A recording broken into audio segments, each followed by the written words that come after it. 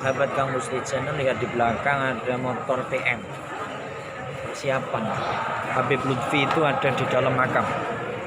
Habib Lutfi bin Yahya ada di dalam makam keramat Habib Husain bin Abu Bakar Al-Idrus. Ini saya Kang Musli Channel masih menanti di luar karena dalam sangat penuh sekali. Oke, kita menanti keluarnya Habib Lutfi bin Yahya. Malam ini tepatnya Jumat Kliwon. Jangan lupa juga ini pas malam Natal. Habib Lutfi ada di Jakarta. Siap? Sangat cinta dengan beliau baik. Alhamdulillah Kang Musli sudah bisa melihat wajah beliau di tengah kerumunan warga. Masya Allah. Ya, sudah kelihatan beliau dengan ciri khasnya menutupkan wajahnya dengan sorban putih.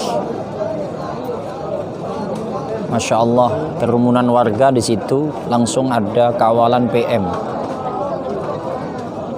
yang sangat-sangat luar biasa. Assalamualaikum warahmatullahi wabarakatuh. Allahumma sholli wa sallim ala sayyidina Muhammad wa ala sayyidina Muhammad. Subhanallah walhamdulillah wa la ilaha illallah wallahu akbar wa la hawla wa la quwata illa billahil aliyyil azim.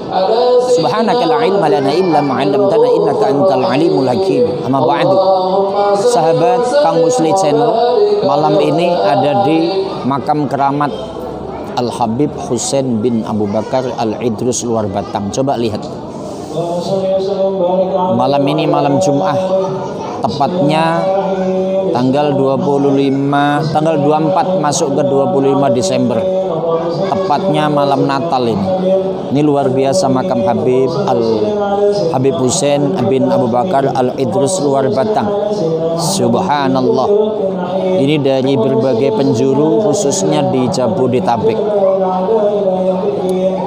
Tapi juga ada dari beberapa daerah yang ada di Pulau Jawa.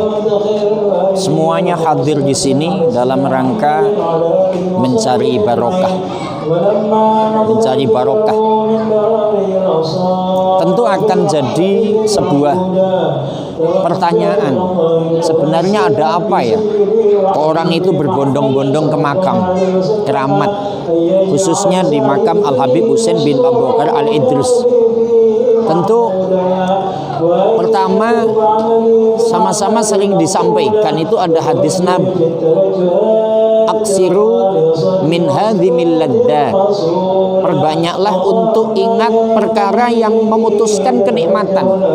Di situ ulama mentafsirkan ayat al-maut. Ini dibaca dalam kitab Mukhtasar Tadkiratul Qurtubi.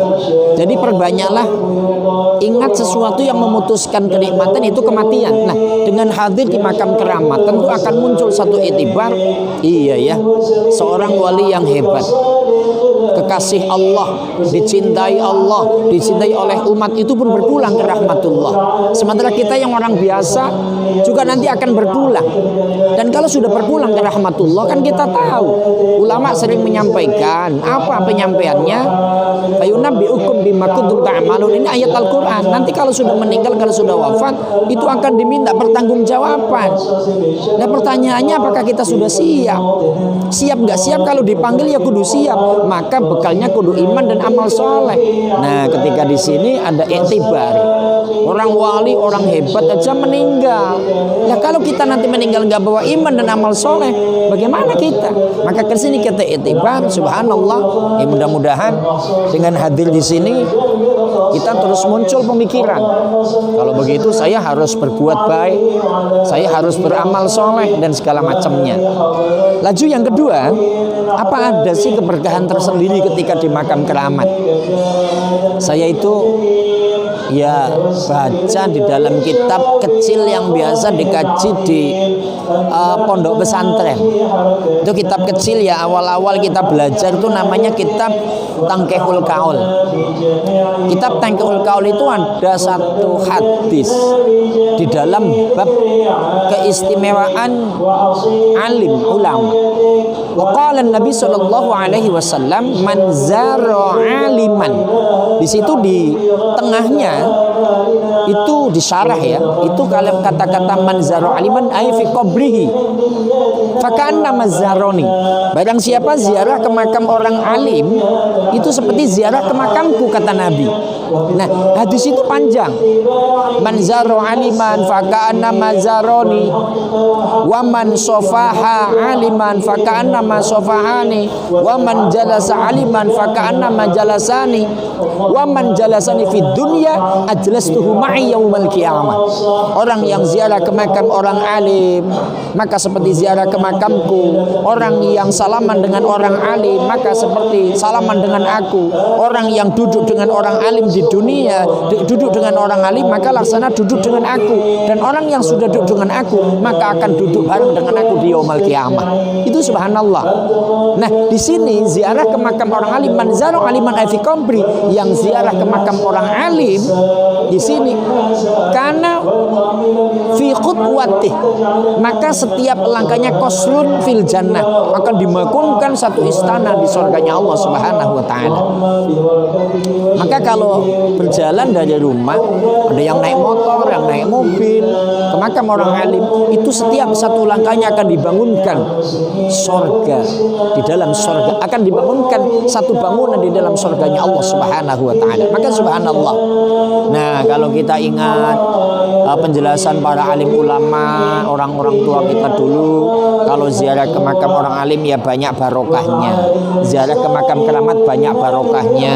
Maka ya berbondong-bondong, ada nanti yang bawa air, ada air keramat dan segala macamnya, tapi ingat semuanya itu keberkahan dari Allah Subhanahu wa taala. Tapi intinya ketika ziarah ke makam orang alim adalah kita akan ingat diri kita. Orang alim pun berpulang ke rahmatullah, apalagi kita yang orang biasa. Maka yuk ciptakan cinta untuk ziarah ke makam-makam orang-orang alim agar kita mengambil iktibar. Orang hebat pun kembali ke rahmatullah, orang hebat pun kembali ke hadirat Allah, mempertanggungjawabkan apa yang dilakukannya. Tentu mereka akan selamat karena mereka adalah kekasih Allah, beliau adalah kekasih Allah. Nah, kita ketika mampu mengambil iktibar, ayo lakukan apa yang menjadi perintah, jauhi menjadi larangan. Mudah-mudahan kita termasuk orang-orang yang selamat dunia akhirat bil wasilah barokahnya para aulia Allah. Wallahul muwaffiq ila aqwamit thoriq. Assalamualaikum warahmatullahi wabarakatuh.